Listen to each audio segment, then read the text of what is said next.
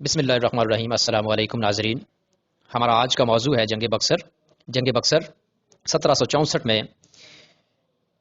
East India company, Nawab of Bengal اور اس کے ساتھ اتحادی نواب آف اودھ اور اس وقت کے مغل بادشاہ شاہ عالم ثانی کی اتحادی افواج کے درمیان ہوا۔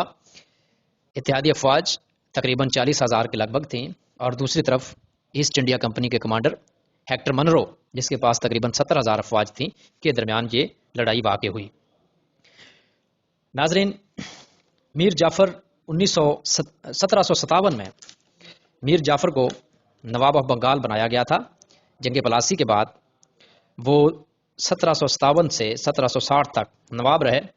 ان کی ایسٹ انڈیا کمپنی کے ساتھ کچھ چپلش چل رہی تھی، جس میں میر جعفر نے کوشش کی کہ وہ ولندیزی کمپنی کے ساتھ ساز باز کر کے ایسٹ انڈیا کمپنی کے خلاف ایک جنگ کرے، جس کو بعد میں چنسورا کے مقام پر ایسٹ انڈیا کمپنی نے ولندیزی فوجوں کو شکست دی، اور اس کے بعد میر جعفر کو بنگال کے نوابی سے ہٹا دیا۔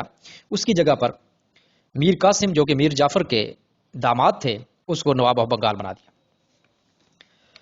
نواب آف بنگال قاسم کی بھی کمپنی کے ساتھ انبن ہو گئی، جس پر میر قاسم نے نواب آف اودھ اور مغلیہ سلطنت کے بادشاہ شاہ عالم ثانی کے ساتھ مل کر ایسٹ انڈیا کمپنی کے خلاف جنگ کرنے کی کوشش کی۔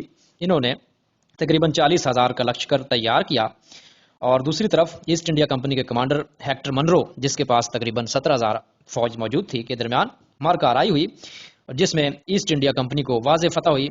اور بعد میں رابرٹ کلائیو جو تھے، وہ بنگال کے گورنر تھے، اور انہوں نے معاہدہ الہ آباد کیا۔ نواب آف بنگال، اودھ اور مغلیہ سلطنت کے جو رواں تھے شاہ عالم ثانی، ان کے درمیان اس کو معاہدہ الہ آباد کہا جاتا ہے، جو 1765 میں طے ہوا۔ اودھ کے نواب شجاع الدولہ، جس میں کارا اور الہ آباد وغیرہ کا جو علاقہ ہے وہ مغل سلطنت کو دیا گیا۔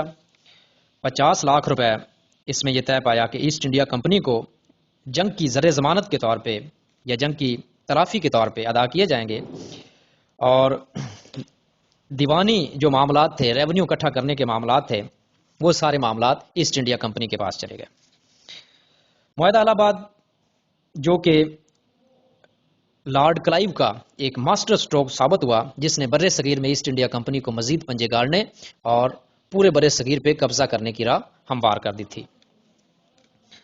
وہ ہر طرف سے فائدہ ہی فائدے میں تھا، ریونیو سارا خود وصول کرتا تھا، اور اس میں سے کچھ حصہ نواب آف بنگال کو دیتا، جو ریاستی مشینری چلانے کے لیے ناکافی تھا، جس پہ عوام اس کے خلاف ہوتے گئے۔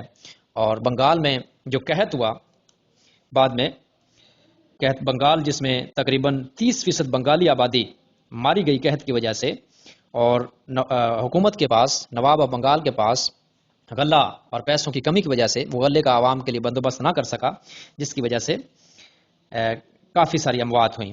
یہ قحط 1769 سے 1772 تک جاری رہا۔